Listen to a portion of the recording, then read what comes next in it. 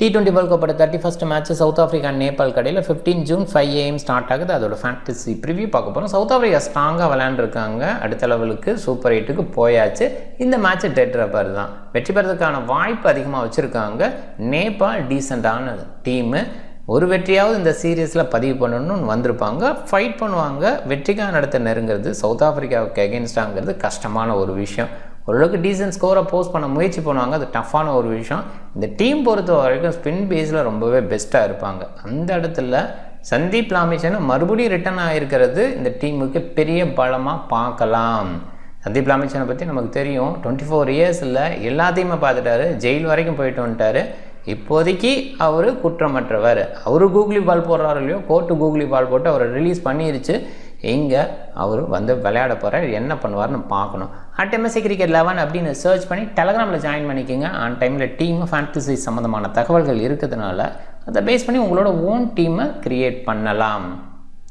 Vision 11 small லீக்குக்கு பெஸ்ட்டான ஒரு ஆப்பு, regular give அவேஸ் கொடுக்குற ஒரு ஆப்பு, ஃபேண்டசியில் ஏகப்பட்ட ஃபார்மட் வச்சுருக்க ஒரு ஆப்பாக இருக்குது. இந்த சீரியஸை பொறுத்த வரைக்கும் இந்தியா மேட்ச்சுக்கு 1 crore ஃபஸ்ட் ப்ரைஸ் பூல் அப்படிங்கிற மாதிரி கொடுக்குறாங்க. டோட்டலாக 10 crore ப்ரைஸ் பூல், அதில் ஃபஸ்ட் ப்ரைஸ் 1 crore அப்படிங்கிறதுனால சிறப்பாக பார்க்கணும். விஷன் 11 இன்ஸ்டால் பண்ணலைன்னா டாப் கமெண்டில் லிங்க் இருக்குது, கிளிக் பண்ணி இன்ஸ்டால் பண்ணி என்னோடய ரெஃபரல் கூட பயன்படுத்த மறக்காதீங்க. ஆர்னஸ் வாலே ஸ்டேடியம் செயின்ட் வின்சென்ட்டில் தான் இந்த மேட்ச்சு. மழை இல்லை அப்படிங்கிறது ஹாப்பியாக பார்க்கலாம். சின்னதாக சவர் மிடில் வந்து போகலாம், பட்டு மேட்ச் டைமில் மழை இல்லை அப்படிங்கிற அந்த ஒரு இடம் இருக்குது. கிளியர் சன்சைன் அப்படிங்கிறதும் எதிர்பார்க்கலாம். ஏன்னா பாசிங் சவர் அப்படிங்கிறது இந்த மாதிரி இடத்துல எதிர்பார்க்குற ஒரு விஷயம் தான். இந்தியன் டைமுக்கு 5 AM ஏர்லி மார்னிங் இருக்கனால முடிஞ்ச மட்டும் கலந்துக்குங்க, இல்லை ட்ரீம் லெவலில் பேக்கப் போட்டு முடிஞ்ச அளவுக்கு ஜாயின் பண்ண பாருங்கள். 7:30 PM அவங்களோட டைம், நைட் மேட்ச்சு, அதனால் சேசிங் ப்ரிஃபரபிள். பேட்ஃபஸ்ட்டுக்கு 2 வெற்றி, ஒரு சேசிங் வெற்றி அப்படின்னு கொடுத்துருக்கு. இந்த மாதிரி ட்ராக்ஸ்லாம் கொஞ்சம் டவுன் ட்ராக்ஸாக இருக்கும், அதனால் பேட்ஃபஸ்ட்டு ப்ரிஃபர் பண்ணுறது நல்லது. அதை பார்க்கணும். இந்த மேட்ச்சில் அவ்வளோ மழை இல்லை, இனிஷியலாக பெருசாக ஓவர்காஸ்ட்டாக இல்லை அப்படின்னா கண்டிப்பாக பேட்ஃபஸ்ட்டு பண்ணுறது கூட நல்ல சாய்ஸை பார்க்குறேன். நியூட்ரல் ட்ராக்கை கன்சிடர் பண்ணலாம். ரன்ஸ் ஆன் த போர்டு வச்சுக்கிட்டால் கண்டிப்பாக வின் பண்ணுறதுக்கான வாய்ப்பை ஏற்படுத்திக்கலாம். பங்களாதேஷ் 159க்கு 5 அப்படின்ற ஹை ஸ்கோரையும், பாகிஸ்தான் 135க்கு 7 அப்படிங்கிற லோ ஸ்கோரையும் பதிவு பண்ணியிருக்காங்க. 2 டீமுமே டீசென்ட் டீம் தான், அந்த வகையில் பார்க்கணும். இங்கே சவுத் ஆஃப்ரிக்கா விளையாடுறாங்க கூட நேபாள் அப்படின்ற இடத்துல சவுத் ஆஃப்ரிக்காவுக்கான winning possibility. South Africa bat first பண்ணால் கண்டிப்பாக இந்த ஹை ஸ்கோரை பீட் பண்ணுறதுக்கான குவாலிட்டி அவங்கள்ட்ட இருக்குது. பட் ரீசெண்ட் டேஸில் அவங்களோட பேட்டிங் ஓரி அப்படிங்கிறதும் சில இடத்துல பார்க்குறோம். அதை பற்றி அந்த டீம் பற்றி பேசும்போது கிளியராக பேசலாம். நேபாள் கொஞ்சம் கஷ்டப்பட வாய்ப்பு இருக்குது, ஏர்லியாகவே சுருள்றதுக்கும் வாய்ப்பு இருக்குது. ஏன்னா அந்த அளவுக்கு சவுத் ஆஃப்ரிக்கன் பவுலர் ஸ்ட்ராங்கான அவுட்புட் கொடுத்துட்ருக்காங்க. அதை நம்ம தொடர்ந்து பார்த்துக்கிட்டு இருக்கோம், பார்க்கலாம். சவுத் ஆஃப்ரிக்கா இந்த டீமில் டாப் 3 டோட்டலாக சொதப்பிட்டாங்க பேட்டிங் பேஸில். கொன்னடிக்காக இருக்கட்டும், ரீசா ஹென்ரிக்கா இருக்கட்டும், இல்லை ஐடன் மார்க்ராம், இந்த டீமோட கேப்டன், 3 பேருமே அந்தளவுக்கு பேட்டிங் டிஸ்பிளே பண்ணலை. ரீசன்ட் ஃபார்ம் அவங்களோட ஃபார்ம் டோட்டலாகவே டவுனாக இருக்குது.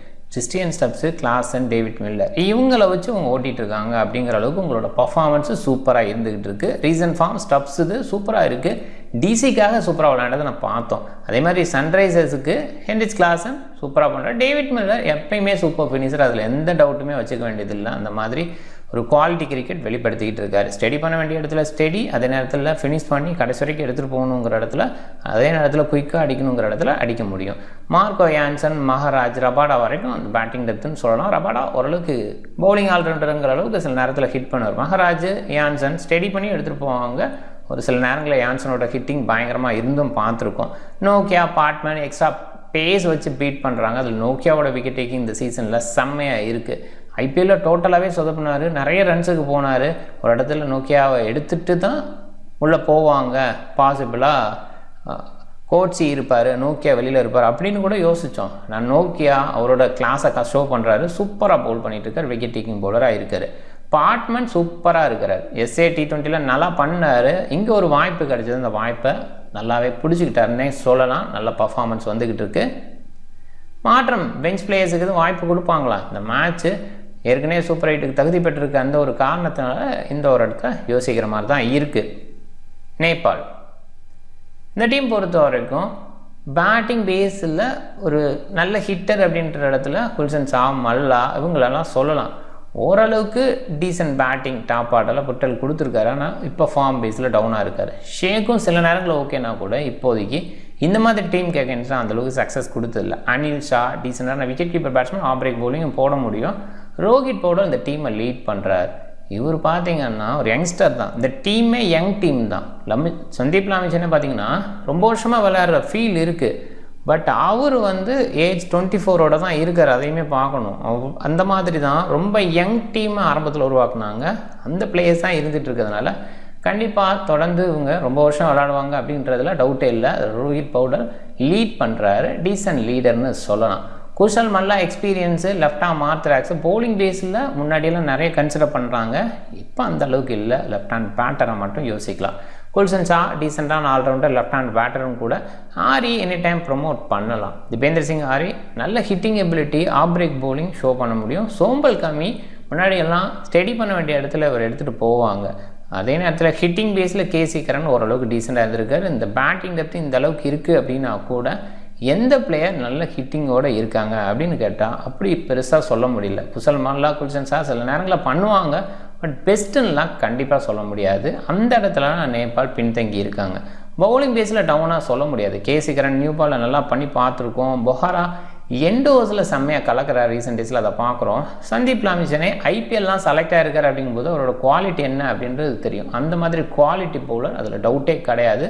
சோம்பல் கம்மி. அதே நேரத்தில் குஷல் மல்லா, ஆரி இவங்கெல்லாம் நிறைய பக்கம் போகிறாங்க, விளையாடுறாங்க. அந்த பேஸில் கண்டிப்பாக பவுலிங் பேஸில் ஓகேன்னு சொல்லலாம். பேட்டிங் பேஸில் ஒரு இருந்துக்கிட்டு இருக்குது. South Africa batting order mostly இப்படி தான் இருக்குங்கிற எதிர்பார்ப்பு, பெரிய மாற்றங்கள் செய்ய தேவையில்லை. இந்த டீமும் பார்த்திங்கன்னா நேபாள் பெரிய மாற்றங்கள் செய்ய மாட்டாங்க. ஆனால் அந்த பிளேயர் பெஞ்ச் பேஸில் இருக்கிற பிளேயர்ஸை உள்ளே கொண்டு வரணும்னு நினைக்கலாம். பவுலிங் சாய்ஸுக்கு எடன் மார்க்ராம் இருக்கார் அப்படின்னா கூட 5 bowler ஸ்டிக்கில் மேக்ஸிமம் போவாங்கங்கிற எதிர்பார்ப்பு. அதனால் ஃபுல் கோட்டாக அந்த 5 bowler போகிறதுக்கு வாய்ப்பு இருக்குது. தேவைப்பட்ட எடன் மார்க்ராம் மாதிரிலாம் மிடில் லெஃப்ட் ஹேண்டர்ஸ் குஷல் மல்லா, குல்சன் ஷா அவங்களாம் இருக்காங்க. அதே நேரத்தில் மார்க்ராமோட பவுலிங் மாமை பார்க்க வேண்டியது அவசியமாக இருக்குது. இந்த மேட்ச்சில் அந்த மாதிரி எதுவும் பண்ணுவாரா, ஸ்டப்ஸுக்கு ஒரு வாய்ப்பு கொடுக்கலான்னு நினைக்கிறாரா பவுலிங் பேஸில், இதெல்லாம் கொஞ்சம் யோசிக்கிற மாதிரி இருக்குது. ஸ்லாக் ஓவரில் ரபாடா பார்ட்மெண்ட் மேக்ஸிமம் எதிர்பார்க்குறோம். இருந்தால் கூட சில நேரங்களில் நோக்கியா இருந்து பவுல் பண்ணுறதையும் பார்க்குறோம். போன மேட்ச் மகராஜ் எண்ட் ஓவரில் வீசினதை பார்த்தோம்.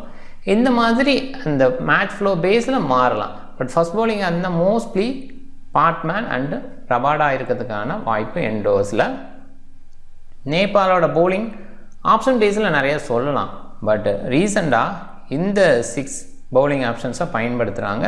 அதில் ஃபுல் கோட்டான்னு யோசிக்கிறப்ப சோம்பல் கமி, கேசி கரன், அபினாஷ் பொஹாரா அண்ட் லாபிச்சனோட பவுலிங்கை பற்றி சொல்லவே தேவையில்லை. அந்த அளவுக்கு குவாலிட்டி பவுலிங். அவரோட கூகுளி எப்போ வரும்னு தெரியாது, அந்த கூகுளி பால் விக்கெட் எடுத்து கொடுக்குற பவுலிங்காக இருந்திருக்கு. ஸ்லாக் ஓவரில் பொஹாரா அண்ட் கேசி கரன் 2 பேருமே ஸ்பெஷலிஸ்ட்டாக இருந்திருக்காங்க. குறிப்பாக ரீசெண்ட் டேஸில் பொஹாராவோட இன்டோர் பவுலிங் நல்லா இருக்குது. பிக் பேஸில் யோசிக்கும் போது ஹை பிக் லெவலில் நோக்கியா பயங்கரமாக இருக்குது. அதை பாருங்கள். மீடியம் பிக்கு, லோ பிக்கு. மீடியம் பிக் லெவலுக்கு மார்க்ராம், மில்லர் நல்லா விளையாண்டுருக்கார் தொடர்ந்து அப்படின்னா கூட அவரை பிக் பண்ணுறதுல குறைவாக எடுத்துருக்கிறது காரணம் லேட்டாக வராரு அப்படிங்கிற அந்த ஒரு விஷயந்தான். பவுலர் டீசெண்டாக விளையாண்டுருக்கார். கேசி கரன், சோம்பல் கமி, ரீசா ஹென்ட்ரிக்ஸ் இவங்க எல்லாமே பார்த்தீங்கன்னா ஓரளவுக்கு குவாலிட்டி பிளேயர்ஸ். ஆனால் ரீசெண்டாக பர்ஃபார்ம் பண்ணாத பிளேயர்ஸாக இருக்கனால இந்த அளவுக்கு எடுத்திருக்காங்க. இந்த இடத்துல லோ பிக்கில் இருக்க சந்தீப் லாமிச்சனவாக இருக்கட்டும், பொஹாரா இண்டோஸில் வீசுகிற இடத்துல இருக்கட்டும், Christian self stop order collapse ஆகும்போது ஸ்டெடி பண்ணுற இடமா இருக்கட்டும், ரீசா ஹென்ட்ரிக்ஸ் இது வரைக்கும் சொதப்பியிருக்காரு, இன்றைக்கி டேயில் பெரிய இன்னிங்ஸ் கொடுக்குறதா இருக்கட்டும், இந்த மாதிரி ஆங்கிளில் இவங்களெல்லாம் ஜிஎல் பிக் சைடு யோசிக்கலாம். சேஃப் சாய்ஸாக கேப்டனுக்கு அப்படின்ற இடத்துல சவுத் ஆஃப்ரிக்கன் ஃபாஸ்ட் பவுலர்ஸை யோசிக்கலாம். 4 ஃபாஸ்ட் பவுலர்ஸையும் சேஃபாக நான் யோசிக்கிறேன். அதில் ரிஸ்க் எடுக்கணும்னு யோசிச்சா குயினடிகாக்கு, கிளாசன், அதே நேரத்தில் சந்தீப் லாமிச்சனா அந்த சைடு. குயினடிகாக்கு பெரிய இன்னிங்ஸ் பில் பண்ணால் கஷ்டப்பட்டுருக்காரு. ரீசெண்ட் டேஸில் டோட்டலாக சொதப்படுறாரு. அதனால் ரிஸ்க்கு தான். ஆனால் இதுக்கு முன்னாடி பண்ணியிருக்காரு. ஒரு இடத்துல பட்டுச்சுன்னா வேறு லெவலில் செய்ய முடியும். கிளாசன் டாப் ஆட அந்தளவுக்கு சரியாக இல்லாத இடத்துல ஒரு சக்ஸஸ் பண்ணியிருக்காரு. இப்போ இருக்கிற டாப் ஆட தொடர்ந்து ஃபெயிலியரை கொடுக்கறதுனால கிளாசன் அவரோட கிளாஸை கூட காட்டலாம். அந்த எண்ணத்தில் கொஞ்சம் ட்ரை பண்ணி பாருங்கள், ரிஸ்க் எடுத்து முயற்சி பண்ணுங்கள். லாமிச்சன் ஆப்வியஸாக ஸ்பின்னரு, கூகுளி பால் அகெயின்ஸ்ட் சவுத் ஆஃப்ரிக்கா ஒரு ஸ்பின்னர் நல்லா பண்ண முடியும். அந்த பேஸில் அவரை கொஞ்சம் யோசிக்கலாம். டீம் பாருங்கள். Captain Marco Jansen and Nokia. First batting பண்ணுற மாதிரி ஒரு சூழல் இருந்தால் மார்க்கோ யான்சன் அண்ட் நோக்கியாவை கேப்டனாக ட்ரை பண்ணலாம். அதே ஃபர்ஸ்ட் பவுலிங் சவுத் ஆஃப்ரிக்கா அப்படின்ற மாதிரி இருந்தால் ரபாடா, நோக்கியா இந்த காம்பினேஷனில் போகலாம். எக்ஸ்ட்ரா பேஸு கண்டிப்பாக ஏசியன் கண்ட்ரிக்கு டஃப்பான ஒரு விஷயமா இருக்கும். அதனால் நோக்கியா பார்ட்மன் நல்ல சாய்ஸாக நான் பார்க்குறேன். போன மேட்ச் பார்ட்மன் விக்கெட் எடுக்காது அப்படிங்கிற வகையில் கொஞ்சம் பயம் வருது. இருந்தால் கூட டெஃபினட்டாக பார்ட்மன் அவுட்புட் பெட்டராக கொடுக்கறதுக்கு வாய்ப்பு இருக்குது. அந்த மாதிரி குவாலிட்டி பவுலர் டவுட்டே கிடையாது. ஒரு மேட்ச்சை வச்சு டிசைட் பண்ண வேண்டாம். நோக்கியாவும் அந்த மாதிரி ஒரு இடத்துல தான் வைக்கணும். எக்ஸ்ட்ரா பேஸ் அவர்கிட்ட இருக்குது. சரியான லென்த்து அந்த வேரியேஷன் வெரைட்டியும் கொடுக்கறதுனால விக்கெட்ஸ் அவருக்கு விழுது. இந்த சீரியஸில் அந்த ஒரு விஷயத்தை தொடர்ந்து நோக்கியாட்ட பார்க்குறோம். அதனால் அவரை கேப்டனாகவும் பார்ட்மனை வைஸ் கேப்டன் நான் ட்ரை பண்ணலாம். மகாராஜ் ஆப்வியஸாக டீசன்ட் ஸ்பின்னரை ஹேண்டில் பண்ணி விளையாடுவாங்க நேபாள் சைடு. அப்போ கூட சில நேரங்களில் விக்கெட் விடலாம். தூக்கி அடிக்க ட்ரை பண்ணி மகாராஜ் சைடு விக்கெட் விடலாம். இது போன மேட்ச்சில் நடந்தது. அந்த மாதிரி ஒரு இடத்துல கூட யோசிச்சு பார்க்கலாம். நீங்கள் டிஃப்ரெண்ட் டீமை ட்ரை பண்ணுங்கள். இந்த வீடியோ பிடிச்சிருந்தால் லைக் பண்ணுங்கள். உங்கள் ஃப்ரெண்ட்ஸுங்களுக்கு ஷேர் பண்ணுங்கள். சேனலை சப்ஸ்கிரைப் பண்ண மறக்காதீங்க. மிக்க நன்றி.